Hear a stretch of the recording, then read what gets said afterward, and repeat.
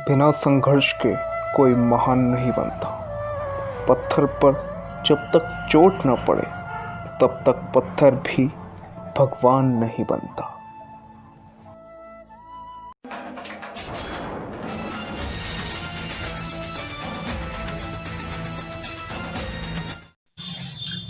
Current affairs मतलब समसामयिक घटना, ऐसी घटनाएं जो हाल ही में घटित।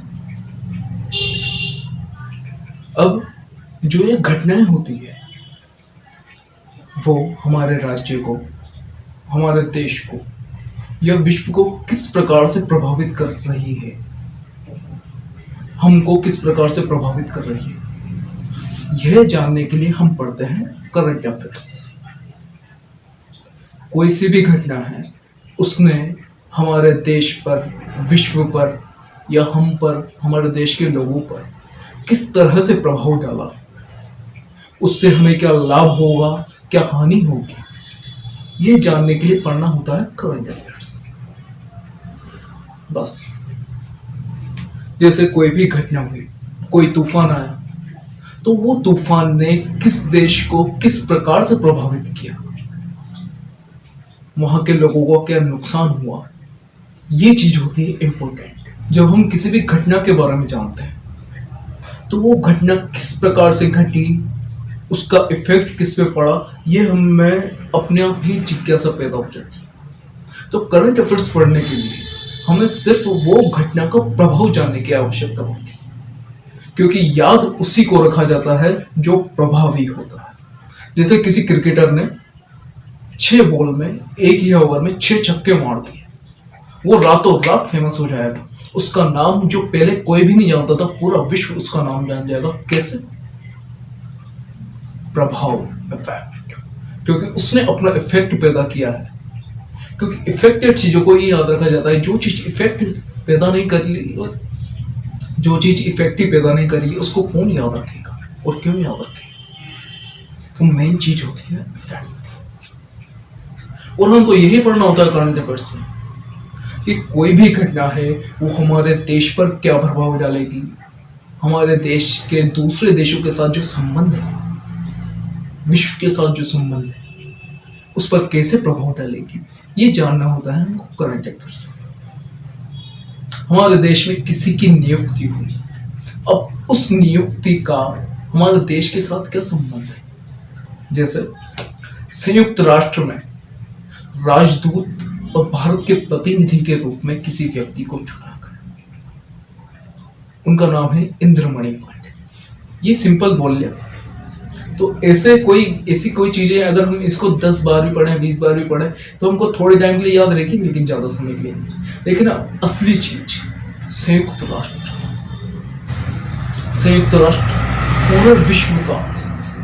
पूरे विश्व में जितने भी देश हैं उन सभी का एक संयुक्त समूह है, संयुक्त राष्ट्र।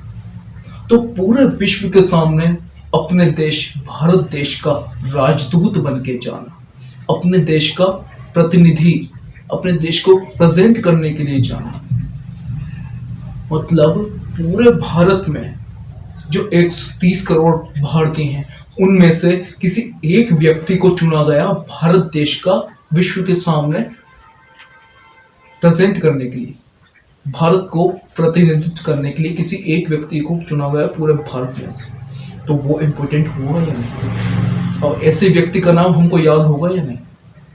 अपने आप याद होगा, क्योंकि हमने उस चीज का इफेक्ट ही जान लिया। अगर हम किसी भी चीज का इफेक्ट जाने बिना उसको पढ़ते हैं, याद करने की कोशिश करते हैं, तो वो सिर्फ हम हमारी दिक्कतें बढ़ा रहे हैं। यही होता है।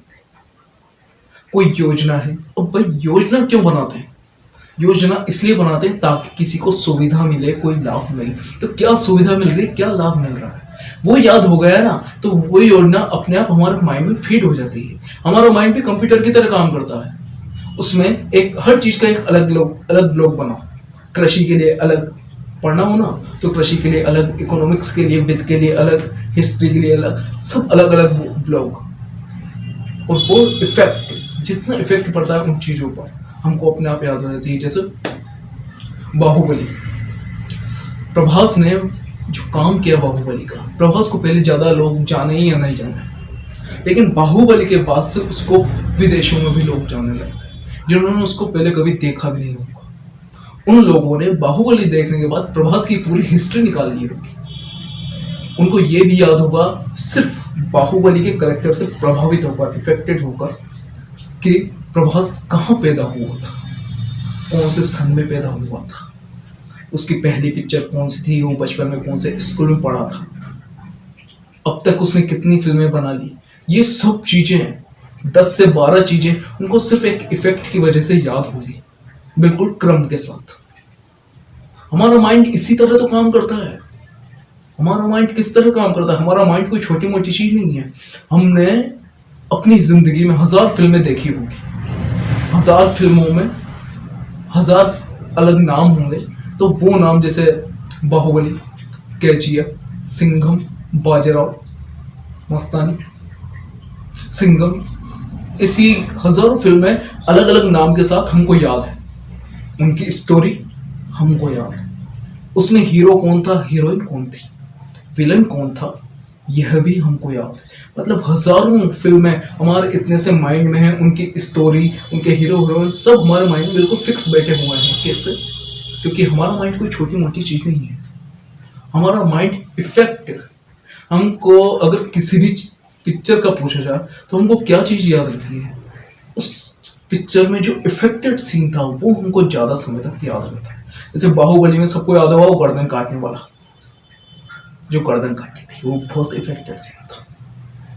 मैंने खुद ने थिएटर में जाकर देखा था, वो भी मेरे को सबसे ज्यादा प्रभावित उसी सीन ने किया था।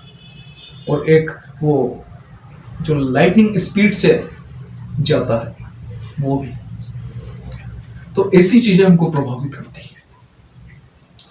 इसलिए करंट अफेयर्स पढ़ना है तो जो भी चीज पढ़ रहे हैं वो क्यों पढ़ रहे हैं, पहली बात ये हमें पता होना चाहिए हम क्यों पढ़ रहे हैं।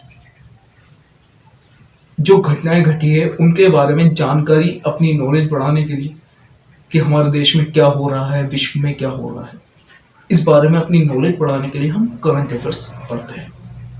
बस यही जानना होता है। धन्यवाद। जय हिंद, जय भारत।